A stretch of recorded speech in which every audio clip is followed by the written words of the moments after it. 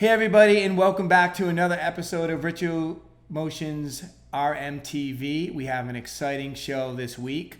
As always, our very own Jamie has some great things to talk about. I know he has some updates from Comcast and Nerd Street Gaming. And our guest this week is a neuroscientist, Dr. Sharma. Actually, let's get right into it with Dr. Sharma right now and see how things are going. Dr. Sharma, thank you for coming on the show. It's my pleasure, Mr. Dana. Thanks for having me here. So I'd like to get the community just to know a little bit about you. So why don't you just tell us a little bit about yourself? Well, at the moment, I am working as a postdoctoral neuroscience researcher in the City College of New York. I'm working on the transcranial brain stimulation. Before that, I completed my PhD from National University of Singapore in Singapore on neuroscience, where my PhD was focused on role of epigenetics and memory. And this is where I am today. Well, that's really exciting. Neuroscientist. This is a first for RMTV. So, a quick question I have for you, like, how did you get into it? Like, what was the thing that all of a sudden you decided one day, like, I want to be a neuroscientist? Well, I will not say that it was, at the moment of spur thing. It was just like a gradual, I guess I was being gradually pushed into being a neuroscientist in the way that always as a child, I was curious. Science was the thing. My father like always stressed on the importance of education. So I was like, interested in biology. I wouldn't say to start with was neuroscience, like like how cells are. The more and more I understood the human anatomy and physiology, I would always be in awe. And then being a curious child, I always had many questions, but just that I was an introvert, so it was hard for me to ask the questions. And as I moved on to my master's program and I was reading about neuroscience, so what I realized is that rather than me asking questions to someone else, why don't I find answers by myself? So the answer to that was, why not go and research? And of course, like how I came to neuroscience was, there was this course in the master's program where we were reading about how memories are formed. There are different forms of memory. But then of course, in the textbook, you don't get all the information. So I was like, okay, how does this happen? How does that happen? And that led me to, okay, if I need answers, maybe I should take the path of being a neuroscience researcher. And the story is obvious from then on. That's interesting. And I know we had the opportunity to talk a couple of times beforehand, and one of the things I thought was interesting, how you talked about while you were going for your PhD, you used gaming and played video games as almost a way to unwind and relax. And I'd love for you to kind of talk a little bit about that connection of while you were doing all that hardcore studying and how you leveraged gaming as a way of almost escapism and relaxation. Yeah, actually, I started gaming from my master's actually. So that was the first time I moved out of my home. And of course, as I said, that I was introvert by nature. So, rather than where people, go out, hang out with people. So I was like, I also need to have my own pastime or escapism. And of course, when you're into gaming, it gives you a surge of dopamine. I mean, we can talk more about it. And then you feel good about it at the end of the day. Like, you have crossed some levels, you have slayed some enemies. And that's how my tryst with the gaming started. But of course, PhD, moving from my home country to a foreign country as a young adult, it was a new experience. And relocating to a new nation, of course, it comes with its own certain set of, adjustments and a little bit of difficulties. You do feel homesick. And on top of that, doing PhD, it was because it's like research. It's not that the things are in your control, like how in bachelor's and master's program, you read stuff and then of course you learn about it and you write it out and you're done. But in research, I realized, things are not in my hand. Experiments, when they're going to work, they're going to work. When they don't work, they're not going to work. And that is what led me to, again come back to gaming, because of course after a stressful day you need to unwind and relax. And I started with smaller games first, moving on to like some ninja games and then some superhero games. And the interesting part is, like, since I was already studying neuroscience, so I knew the importance of neuromodulation in cognition and memory. And of course, like, the work you are doing, how focused and attentive you can be. But it's just that once you're playing games, so there are two components. When you're playing games, so there's something called the reward circuitry of the brain, which gets activated, and there's a dopamine release. And dopamine is one of the neuromodulators of synaptic plasticity, which forms the basis of memory and of course higher cognition later. And that is actually a well-known fact. So if we get to have that a little surge of dopamine, and then afterwards, if we are working on something else, of course, our attention will be better. Like, it could be either reading some research article in my case, because that's what I had to do at times, or focusing on my experiment. So it helped me perform better. But at the same time, when we are into e-gaming, I realized the other end of it also, because when you're playing, of course, it's easy to fall into, well, what we call as addiction these days. So in neuroscience, we do have this internet gaming. So I have gone through all the phases, and I was able to differentiate what happens at what stage. So that's really, it's really interesting, because on one hand, you leverage gaming and what happens with your brain to almost get you pumped up or ready to go for, studying for your PhD. And on the other hand, with the gaming factor, and this is really what I'd like to talk to you next about, right? Where we've talked about this, where gamers become tilted. There's so much stress. They're playing 8 hours a day, 10 hours a day, 12, 14 hours a day, in some cases 7 days a week, and they become tilted. There's stress, it affects their sleep. And maybe, doctor, it'd be really interesting to talk about why does that happen? Like, what's going on in the brain that kind of triggers that? And that's one. And then the other part is, like, how is there a way to help stop that? Got it. So, okay, I'm gonna start with the bad part of it. Yeah. Which is the tilting. So what happens is, of course, when someone starts playing games, he or she feels good, because of course there's a surge of different neurotransmitters. And once they get into that zone, and they are like, it's not wrong to say, but the kind of thing which happens in the brain is similar to what happens in drug addiction. So gradually what happens is, like, as I mentioned, that dopamine is a neuromodulator, which is actually good because you need it for attention. And of course, the attentive control that shapes your cognition and everything else.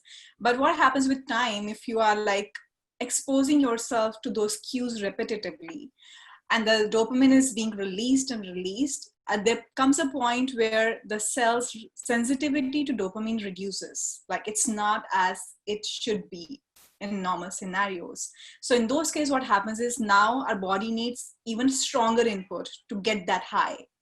And this is when we fall into the addiction of gaming. So we keep going deep and deep and deep. So this is just one aspect. There are, of course, multitude of reasons, because just to keep it simple so that people can understand. So the reward circuitry, we call it reward circuitry of the brain. And there has been research done which they have shown also there are changes associated with the reward circuitry, mostly the ventral striatum. This is a region in the brain. And even in the resting state of these gamers, they have seen that it's different than how it should be in the non-gamers. Mm-hmm. So that's the start of the things. And of course, another component of gaming is,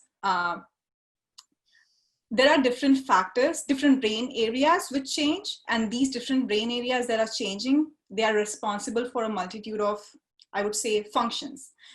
First of them being attention and control, as I've already mentioned. Of course, like, in the beginning, you get more attentive, but as you go on, it just, spirals out of control. And then second one is motor function, because of course, like for the people, who are in like maybe racing or, I don't know, like wrestling or stuff like that, because you have to have some moves, even though they're not doing those moves, they're still moving the keys. They're thinking about those moves. So there's motor function, which is also being affected. Now, again, that's a topic for another debate, whether it's increased or decreased depending on the factors.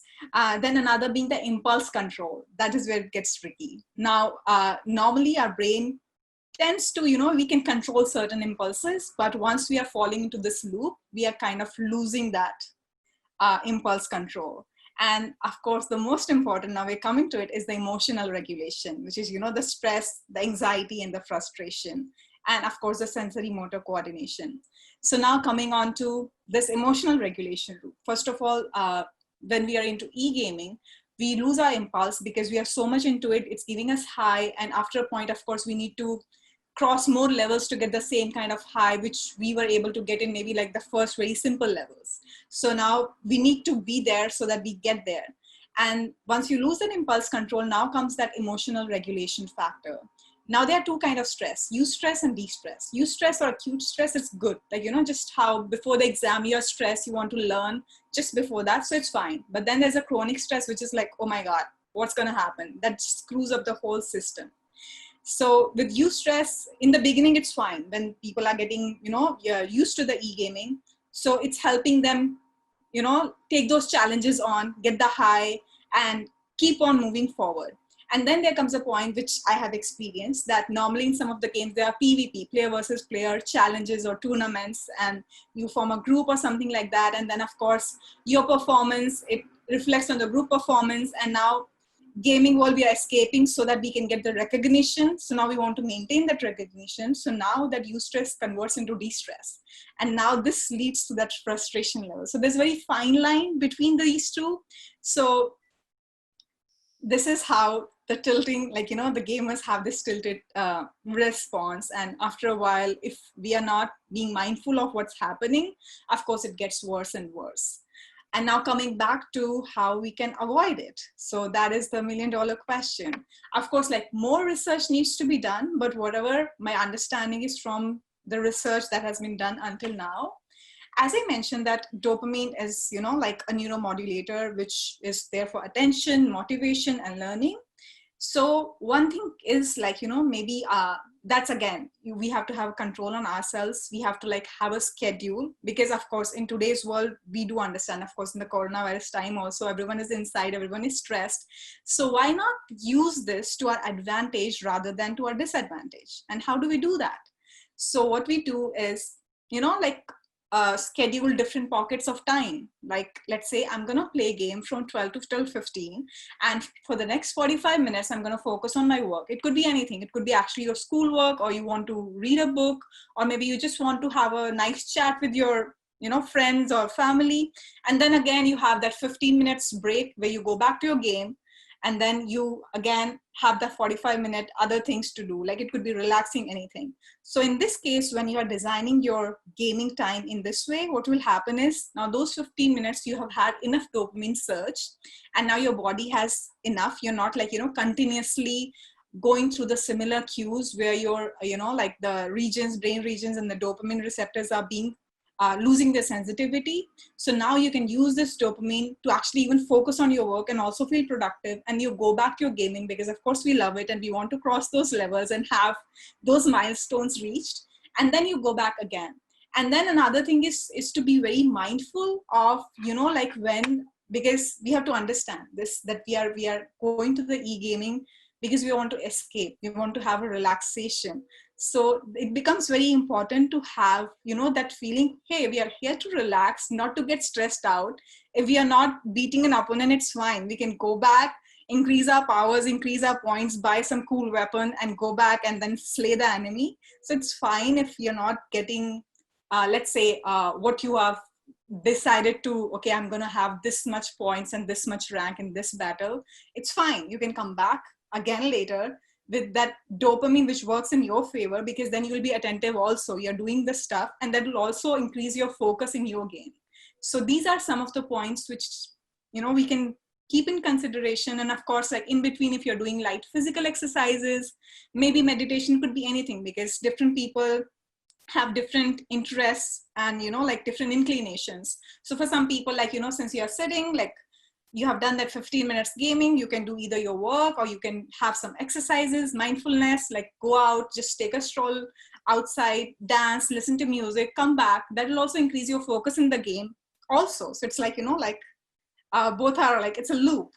Yeah. So that's really fascinating. So what's interesting, I'm sure a lot of folks are probably saying this to themselves right now, is like, okay, 15 minutes of gaming, I'm still halfway through the game. I still have, What is that window? Is there a magic window where the dopamine kind of kicks in, as you said, where it's that positive, where you get that energy? Is it time? Is it 15 minutes? Is it half an hour? Does it change with individuals? Like, is there a certain magic window that folks can look at and say, okay, if I game for half an hour, I'm actually going to get all the benefits um, to go to something else?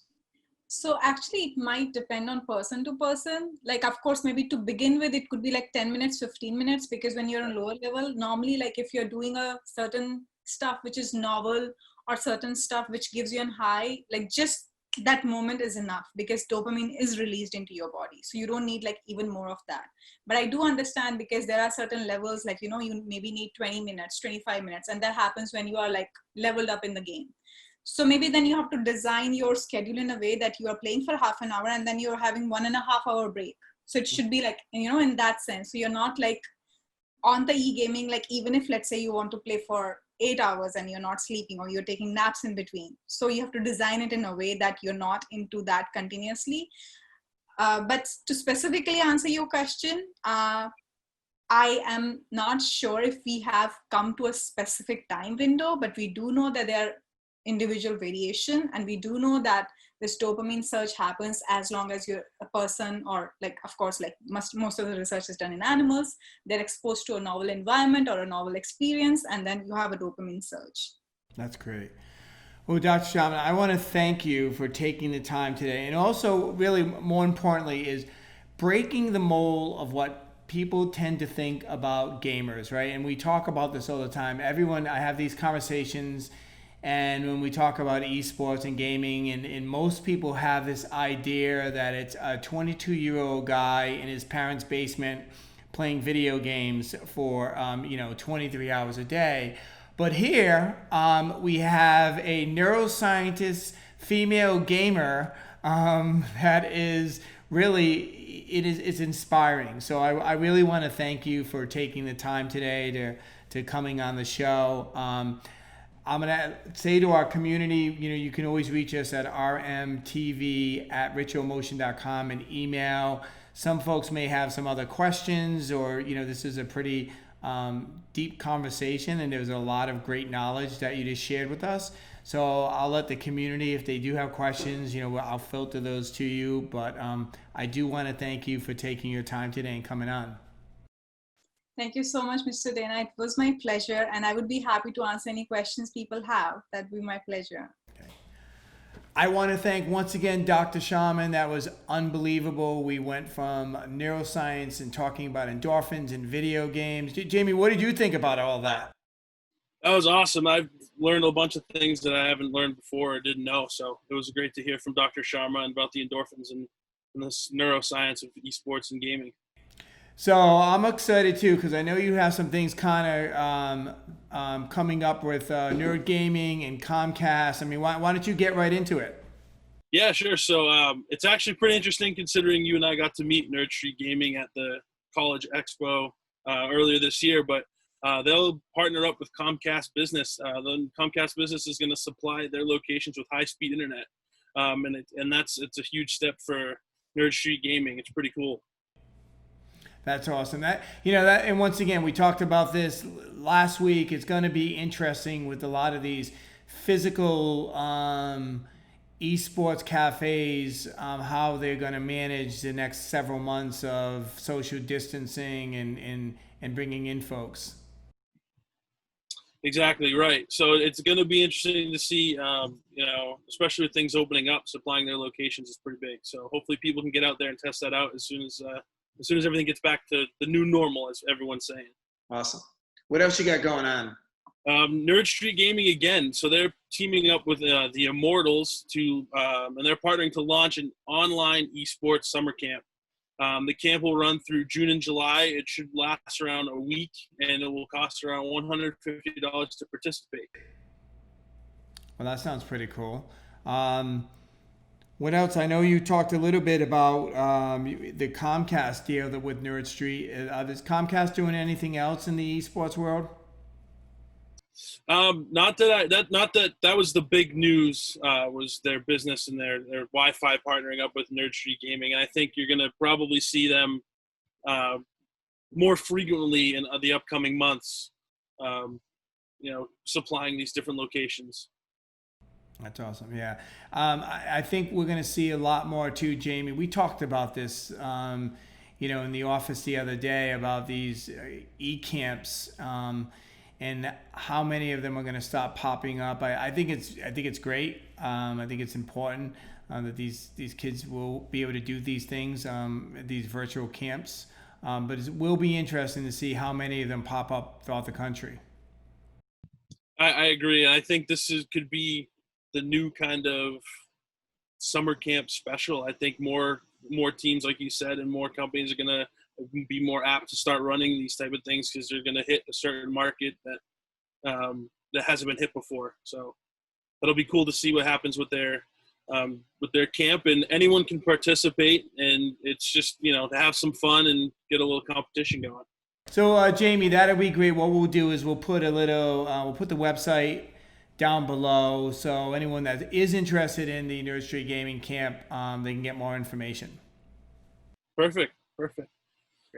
Big news coming from League of Legends. So, and their online events and broadcasts and streams are now allowing sponsorships. So, one of the big ones that I saw on some of the videos was MasterCard. There are banners for MasterCard all throughout the different maps and different games, which is pretty cool. So I think more teams. I mean, I know NHL is done as a franchise, but I think other games are going to start offering in-game sponsorships. So Jamie, that's really cool. So that they're actually now they're going to do in-game sponsorships. They're going to be in-game signage. It's basically in-game product promotion. Right. And I've seen it. The only one I've seen it, if you go to a hockey game, right, it's all along the boards. And NHL is really the only one that I've seen. They have like Tim Hortons, and they have like one of the month where it'd be Kia or Toyota. But League of Legends is kind of like hopping aboard that train, so I'm sure others will follow. World of Warcraft, however, whoever wants to get aboard will start to follow that trend. Yeah, and you know what? I think it's really smart because we know a lot of the physical venues and tournaments, at least for the next 9 months or so, have slowed down, been canceled. So traditionally, these brands who would sponsor or have physical presence at these events, now they're getting their presence at these virtual events. So Jamie, we'll have to keep an eye on that, and we'll have to kind of get an update once we get some data on how well these in-game sponsorships are doing.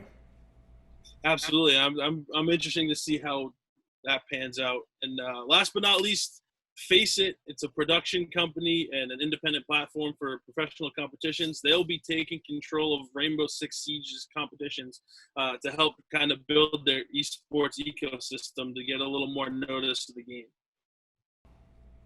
Well, that's great. Yeah, I love seeing a lot of mergers and acquisitions and partnerships have been going on in the past several months. I think a lot of people have had a lot of time on their hands to try to figure out some strategic relationships. So that's great. Absolutely.